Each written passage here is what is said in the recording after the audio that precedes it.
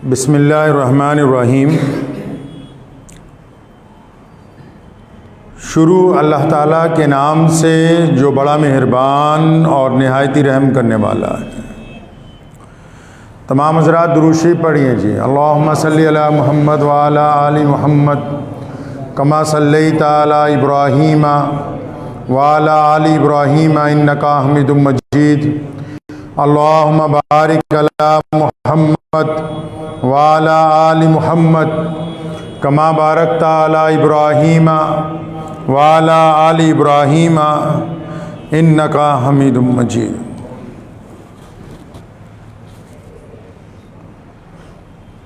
दो रंगी छोड़ दे या यकरंज हो जा। दो रंगी छोड़ दे यकरंज हो जा, मतलब दो रंग आप छोड़ दें एक रंग के अंदर आ जाएं। दो रंगी छोड़ दे यक रंग हो जा, सरासर मोम हो जा या सरासर संग हो जा। अल्लाह के प्यारे नबी हज़रत मोहम्मद रसूलुल्लाह सल्लल्लाहु ताला अलैहि वसल्लम की ज़ात गिरामी ने इस प्यारे दीन के साथ पूरी कायनात के इंसानों को यक रंग होने की तालीम दी।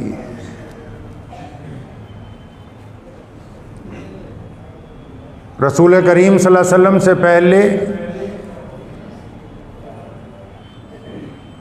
दोगले इंसान कामयाब समझे जाते थे, लेकिन दर हकीकत में वो इंसानों के सामने तो इज़्ज़तदार थे, लेकिन माशरे में अपनी पुश्त के पीछे इज़्ज़तदार नहीं थे।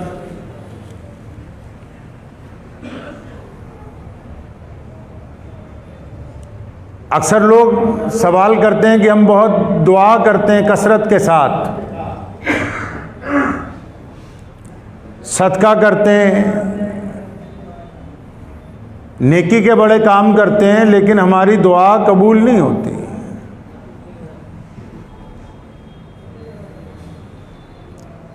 नबी अकरम सल्लल्लाहु ताला अलैहि वसल्लम को अबू जहल ने आके एक पेशकश की,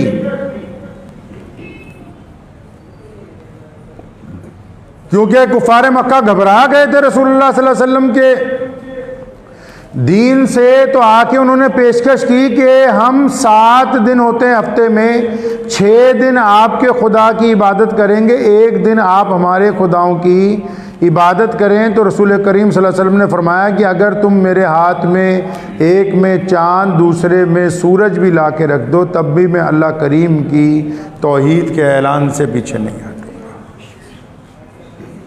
दो रंगी छोड़ दे यक रंग हो जा।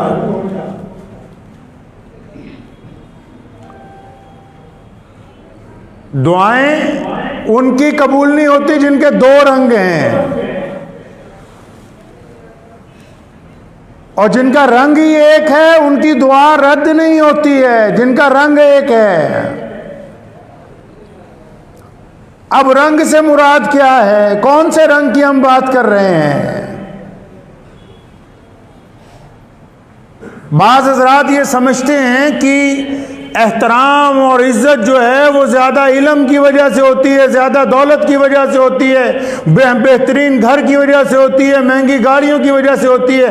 अक्सर ऐसा होता है आजकल माशरे में, कोई बंदा किसी 10-20 करोड़ रुपए की कोठी के बाहर जाता है, जिसके बाहर 3-4 करोड़ रुपए की गाड़ियां खड़ी हैं, तो आम मुलाजिम दूसरे को क्या कहता है, यार ये बहुत बड़ा ठग है, कहता है कि नहीं कहता है? जो उस बंदे के बारे में माशरे में बात मशहूर हुई होती है वही सब लोग कहेंगे, हालांकि वो 10 करोड़ रुपए की कोठी में रह रहा है, बेहतरीन गाड़ियां बाहर खड़ी हैं, लेकिन रास्ते में से चलता हुआ बंदा उसकी पुश्त के पीछे कह रहा है, यार ये फलाना बदमाश नहीं, फलाना ठग नहीं है, फलाना बेईमान नहीं है, उसका घर है। तो क्या उसका अच्छा घर उसको इज्जत दिलवा सकता है? क्या उसकी अच्छी कोठी उसको इज्जत दिलवा सकती है? क्या उसका अच्छा कारोबार उसको इज्जत दिलवा सकता है? कोई बंदा बहुत ज़्यादा दीनदार बन जाता है, दाढ़ी रखता है, पगड़ी बांधता है सिर पे, सलवार उसकी टुकनों से ऊंची रहती है, और सारा दिन अपनी बीवी के सामने, बच्चों के सामने, रिश्तेदारों के सामने अपने पीर की तारीफें करता है, लेकिन उन तारीफों के बाद जब वो जाती मामले में अगर किसी से बदतमीजी करता है, जाती मामले में किसी से ठगी मारता है, जाती मामले में बीवी से बदखुल्की करता है, तो घर वाले क्या कहते हैं, तुझे ये सिखाया तेरे पीर ने? तो पता ये लगा कि उसकी तारीफें किसी काम की नहीं है, उसका किरदार काम का है। तारीफें नहीं काम आ सकती हैं उसकी, जितनी मर्जी करता रहे वो। मेरे वालिद मोहतरम मरहूम शेर इस्लाम मौलाना हबीबुर रहमान साहब सानी लुधियानवी रहमतुल्लाह अलैह सारी ज़िंदगी खद्दर का कपड़ा पहना, एक जूती पहनते थे, जब वो टूट जाती थी तो नहीं लेके आते थे। तो एक दिन मुझे एक साहब मिले, यहाँ मिलने के लिए आए थे, तो मुझे गुफ्तगू में कहने लगे कि जो मैंने कपड़ा पहना है ये 5,000 रुपये मीटर है, और ये जूती जो है ये 45,000 रुपये की ख़रीद कर लाया हूँ दुबई से। तो मैंने एक तालिब इल्म को कहा कि अंदर से हजरत की जूती लाओ।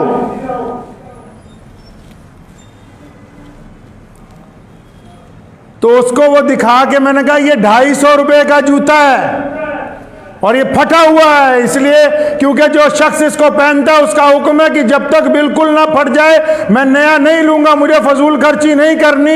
लेकिन जब ये जूता पहन के चलता है तो करोड़ों रुपए के कारों में चलने वाले लोग और मुल्क के तख्त के ऊपर बैठने वाले लोग और बड़े बड़े वुज़रा वो इसके आगे झुक के सलाम करना अपने लिए इज्जत की बात समझते हैं। अगर दौलत और इज्जत के जरिए इज्जत मिलती तो कोई नहीं इनको दे सकता था। इज्जत किरदार से मिलती है, महंगे कपड़ों से नहीं मिलती है। मैं और मुस्किन भाई एक दिन गए तो यहाँ एक शोरूम से जूती खरीद लाए 7-8 हज़ार रुपए की, बहुत अच्छी। तो लाके उनको पेश की तो कहने लगे नहीं नहीं ये पसंद ही नहीं आई, कि यहाँ एक दुकान है उससे जाओ 450 रुपए की देगा वो जूती लेके आओ। इंसान अपने किरदार की वजह से अल्लाह ताला का महबूब बंदा बनता है, अपने कपड़ों की वजह से नहीं बन सकता, अपनी चरब जुबानी की वजह से, अच्छी तकरीर की वजह से भी नहीं बन सकता। जब तक उसका किरदार, उसका रुआ रुआ ये कहने न लग पड़े कि मैं अल्लाह और उसके रसूल की इताअत में हूं, मैंने कहना मानना है अल्लाह उसके रसूल सल्लल्लाहु अलैहि वसल्लम का, बात तब बनती है। लोगों की नीयतें दोगली हैं, हुक्मरानों के सामने कुछ हैं, घर में कुछ हैं, मस्जिद में कुछ हैं, बीवी के सामने कुछ हैं, कारोबार करते हुए कुछ हैं। अब जब दोगला बंदा, दोगली चीज़ का तो मार्केट में वैल्यू नहीं है ना जी। आप जानवर खरीदने जाएं, अगर दोगली नस्ल का आप पैसे कम लगाएंगे। अगर कोई तांबे की, कोई सोने की चीज़ खरीदनी है, अगर पता लग जाए इसमें खोट है तो आप उसकी रकम कम देंगे। अगर कपड़ा जो है उसमें कॉटन में टेरिकॉट मिक्स है, आप उसकी रकम कम देने के लिए तैयार हैं। अगर जूती में चमड़े की जगह रेक्सिन लगाए तो आप उसकी रकम कम करने के लिए तैयार हैं। इसी तरह अगर आपका दिल दोगला है, आपकी नीयत दोगली है, आपका किरदार दोगला है, आपके कहने और सुनने में फर्क है, तो फिर अल्लाह के नजदीक क्या इसका पूरा भाव मिल सकता है? आपको पूरा भाव नहीं मिल सकता। कुर्बान जाऊं, कहिए सल्लल्लाहु, जोर से सल्लल्लाहु अलैहि वसल्लम। फरमाया इन्नमल आमालु बिन्नियात। इमाम बुखारी रहमतुल्लाह अलैह ने हज़ारों हदीसें रिवायत की हैं बुखारी शरीफ में, लेकिन उन्होंने हुज़ूर अलैहिस्सलातु वस्सलाम से ये तो नहीं मालूम करने गए कि पहली हदीस कौन सी रखूं। इतनी हज़ारों हदीसों में इमाम बुखारी ने पहली हदीस जिसको किताब के पहले सफ़े के लिए मुंतखब किया वो क्या है? फरमाया सोने रसूल सल्लल्लाहु अलैहि वसल्लम फरमाते हैं कि अमल का दारो मदार नीयत के ऊपर है। किसके ऊपर है जी? नीयत के ऊपर है। आप मालूम करना चाहते हैं कि आप कैसे बंदे हैं?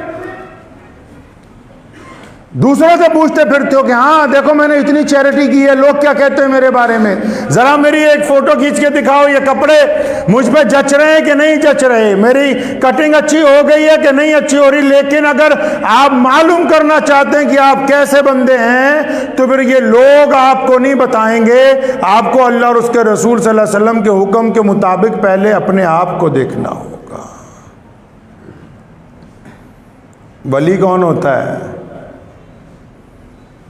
वली कैसा होता है जी? जिसके दाढ़ी बड़ी सोहनी होवे, कपड़े वधिया पाए होन, वधिया गड्डी च जांदा पे, वो वली नहीं होता।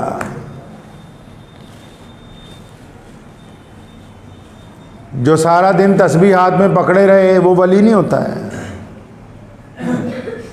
वली किसको कहते हैं?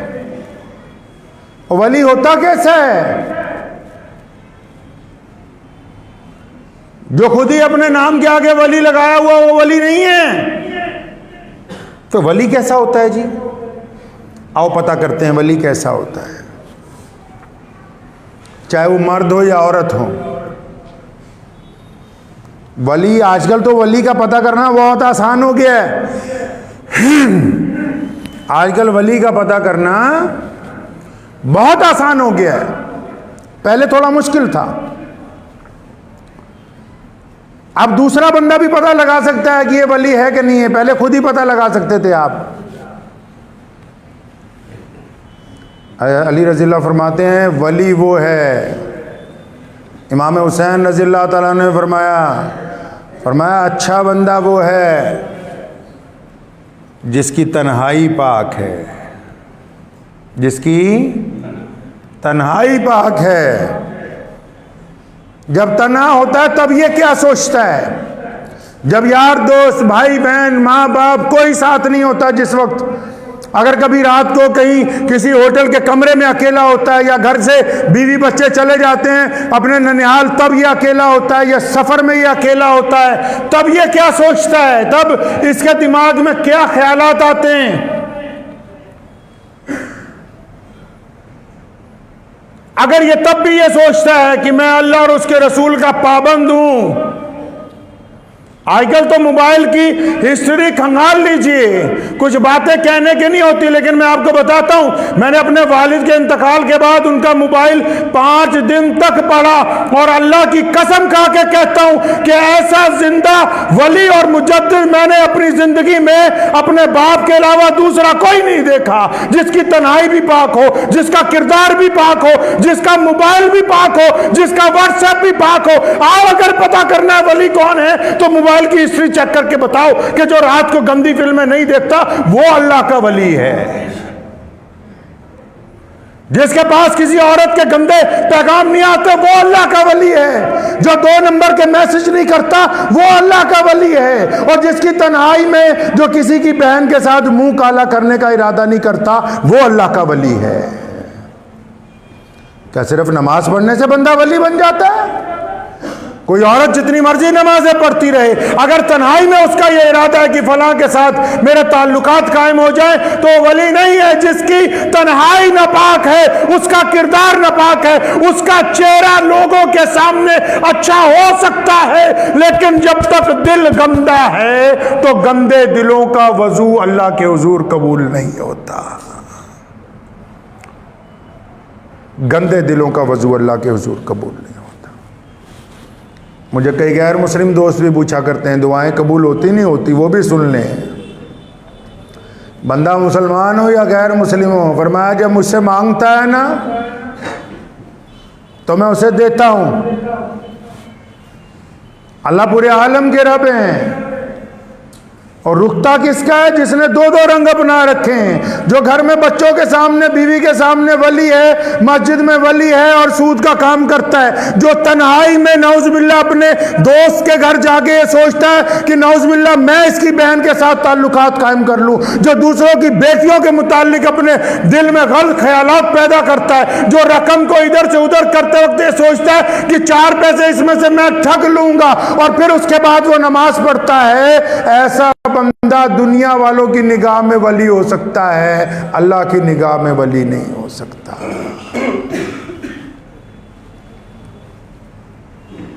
एक चिड़ा और चिड़ी दरख्त पर बैठे हुए थे। तो चिड़े ने चिड़ी से कहा कि वो देख सामने शिकारी आ रहा है। चिड़िया ने दूर से देखा, कहती नहीं शिकारी नहीं लग रहा, कोई वली लग रहा है, अल्लाह वाला लग रहा है। तो चिड़े ने तो चिड़िया को कहा कि उड़ जाते हैं, ये बंदा शिकारी है, कहीं हमें मार ना दे। तो चिड़िया ने कहा नहीं नहीं, देखो इसकी शक्ल से, इसके कपड़ों से, कपड़े तय करते ना। कई लोग कहते हैं भी कपड़े तय नहीं करते बंदे के किरदार को, कपड़े भी आपके किरदार को तय करते हैं कि आप कैसे आदमी हैं।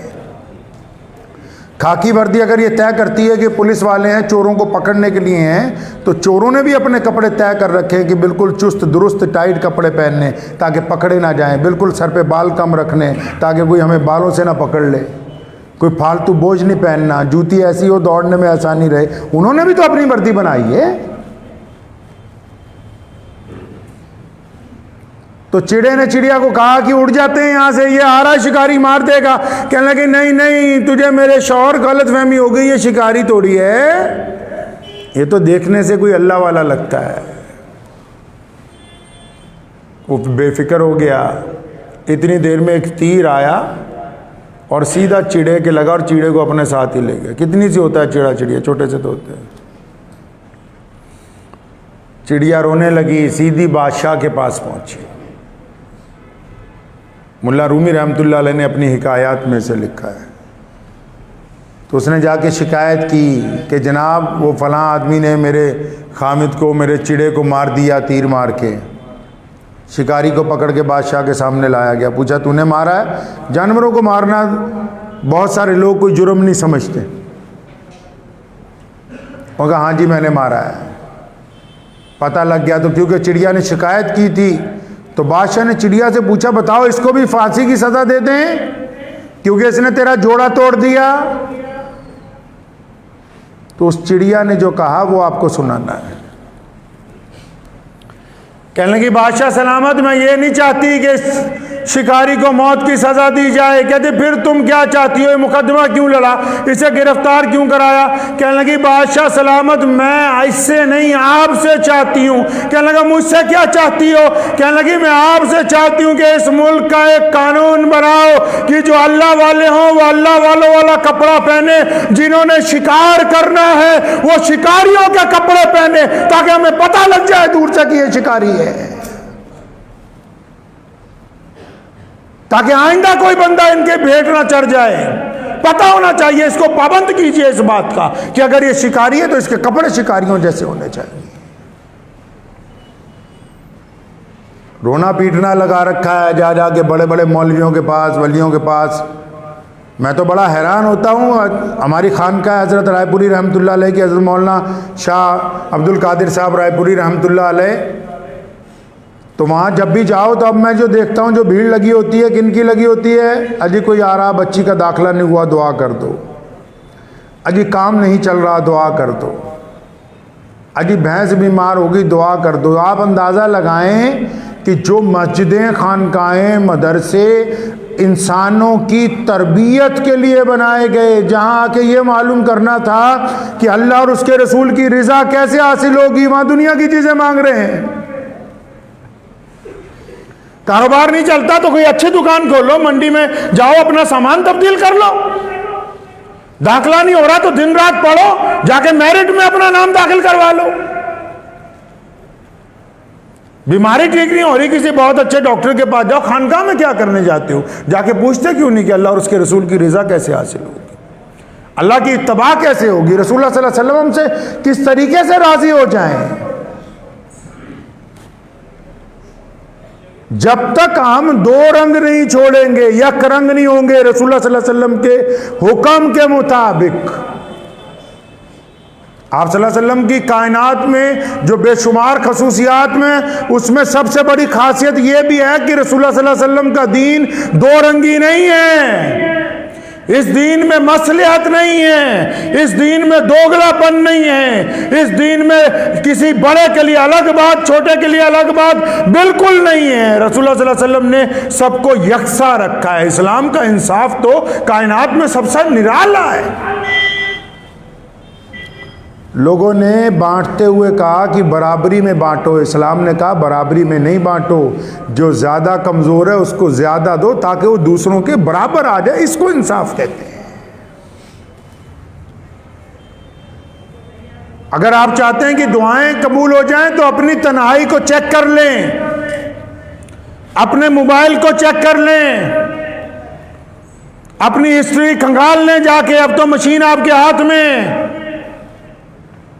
अपने इस दिल को खंगाल ले, इस दिमाग को जिसमें गंदे ख्यालात बार बार आते हैं कि नहीं होगा, कोई नापाक इरादा पूरा नहीं होगा, मैं बता रहा हूं आपको।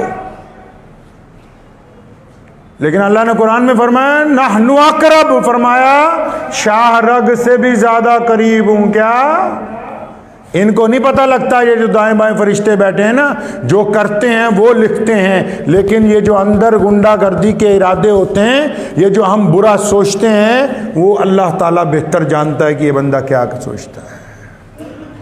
वो हमारी सोच से ज्यादा करीब है। गंदे इरादे पाई में तकमील तक नहीं पहुंचेंगे। जिन मुकद्दस औरतों के मुतालिक या कुछ खवातीन मुकद्दस मर्दों के मुतालिक गंदे इरादे रखती हैं, वो तकमील तक नहीं पहुंचेंगे। वहां तक तुम्हारे ख्वाब पूरे नहीं होंगे, ये जो गंदे ख्वाब तुमने पाल रखे हैं। लेकिन तुम्हारी तन्हाई की नापाकी तुम्हारे दिन को खराब करेगी। तुम्हारी तन्हाई की नापाकी तुम्हारे कारोबार में बेबरकती पैदा करेगी। तुम्हारी तन्हाई की नापाकी तुम्हारे अंदर बुज़दिली पैदा करेगी। तुम्हारी तन्हाई की नापाकी तुम्हारे जिस्म के अंदर कमजोरी को पैदा करेगी। और फिर क्या होगा कि दुनिया में भी जलील हो जाओगे, आखिरत के अंदर जलालत तो तय है। अपनी तन्हाई को पाक करना होगा। अल्लाह तबारक व तआला दिलों का हाल जानता है, और अल्लाह करीम माफ करने वाले हैं। कौन है अल्लाह करीम? माफ करने वाले हैं। मूसा अलैहिस्सलाम ने दुआ की कि अल्लाह बारिश हो जाए, बारिश। अल्लाह का पैगाम आया कि ये जो लोग बैठे हैं ना, जिनके आगे तू दुआ कर रहा है, इनमें एक से हम नाराज हैं, इनसे एक से हमारी बनती नहीं है, वो हमारा अच्छा बंदा नहीं है, उस एक की वजह से हम बारिश नहीं करने वाले। मूसा अलैहिस्सलाम बड़े परेशान हुए क्योंकि जवाब मिल गया। अभी परेशानी में बैठे हैं कि रिमझिम बारिश होने लगी। फिर पहुंच गए अल्लाह के पास, या अल्लाह तुसी तो कहते सी बारिश नहीं होगी, कि मैं तो इनसे नाराज़ हूँ, इनमें से एक बंदे से। अल्लाह करीम ने फरमाया कि मूसा आप कलीमुल्लाह हैं, मेरे उस बंदे ने मुझसे माफ़ी मांग ली, मुझसे माफ़ी मांग ली। मूसा अलैहिस्सलाम ने खूबसूरत सा सवाल किया और जवाब भी बड़ा खूबसूरत आया। फरमाया अल्लाह मुझे तो बताएं ना, मैं आपका बहुत करीबी नबी हूँ, मुझे तो बताएं इनमें कौन सा है। और फरमाया नहीं नहीं, ये मेरा और मेरे बंदे का मामला है, ये राज आपको नहीं बताया जा सकता। अगर हमने गुनाहों के इरादे किए हैं तो दूसरी तरफ तौबा का दरवाज़ा खुला है। और आपको एक और तरकीब की बात सुनाता हूं आज, दिल की तख्ती पे लिख के ले जाओ, घर में जाओ। घर में ज्यादा कौन है?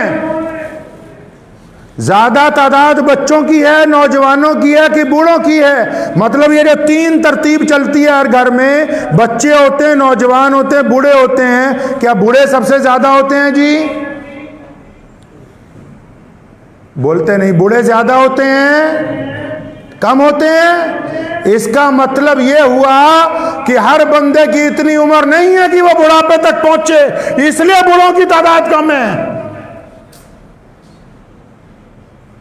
इसका मतलब यह हुआ कि बूढ़ों की तादाद इसलिए कम है क्योंकि हर बंदे को इतनी उम्र नहीं मिली कि वो 80 साल का, 75 साल का, 90 साल का हो जाए, इसलिए ये वाली जो जाति है बूढ़ों की, ये कम है। अब दूसरी पे आ जाओ। बच्चे ज्यादा हैं कि माँ बाप ज्यादा हैं घर में जी? बच्चे ज्यादा हैं ना?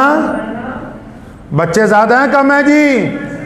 बच्चे ज्यादा हैं। नौजवान कम है, घर में बच्चे ज्यादा हैं, तो इसका मतलब हर एक बच्चा भी नौजवानी तक नहीं पहुंचता। किस खाम ख्याली में हो, कभी हिसाब ही नहीं लगाया अपना। कभी पीछे मुड़ के देखो, इन चंद सालों में अपनी अपनी जिंदगी में पीछे देखो, पीछे कितने दोस्त हैं जब देखते हैं कि वो कब्रों में चले गए, कितने माँ बाप हैं जो आज हमारे साथ नहीं हैं, अपने उस्तादों में देखो कितने हमें छोड़कर चले गए, अपने गली मोहल्ले में से देखो कितने कल तक तुम्हारे साथ थे आज तुम्हारे साथ नहीं है। अपनी सहेलियों को तलाश करो, कल तक वो जिंदा थी आज मुर्दा बनी हुई है। पीछे देखो तो सही कि तुम चल तो आगे रहे हो, कितने थे जिनका साथ तुमसे छूट गया है, कितनी दुकानदार थे जो आज तुम्हारे दरमियान नहीं है, कितने फैक्ट्री के मालिक थे तो आज तुम्हारे दरमियान नहीं है, कितने कारीगर कल तक तुम्हारे साथ थे वो तुम्हारे दरमियान नहीं है। पीछे देखो तो सही कभी पलट के। किस खाम ख्याली में है इंसान। हर एक बच्चा जवान नहीं होता है, जो जवान हो गए उन पे अल्लाह की नेमत है कि अल्लाह ने आपको जवानी अता की है। फिर इरादे गंदे हो तो खुदा की मदद कैसे आ सकती है। हर एक जवान बुढ़ापे तक नहीं पहुंचता है मियाँ साहब, हर एक जवान औरत को बुढ़ापा नहीं आता है। जाओ तो सही कभी कब्रिस्तान में, अच्छे अच्छों की मिट्टी रुल गई। कब्रें किन की आबाद हैं जी, वो कब्रें किन की आबाद हैं? जिन्होंने दुनिया में अल्लाह को अपना दोस्त बना लिया,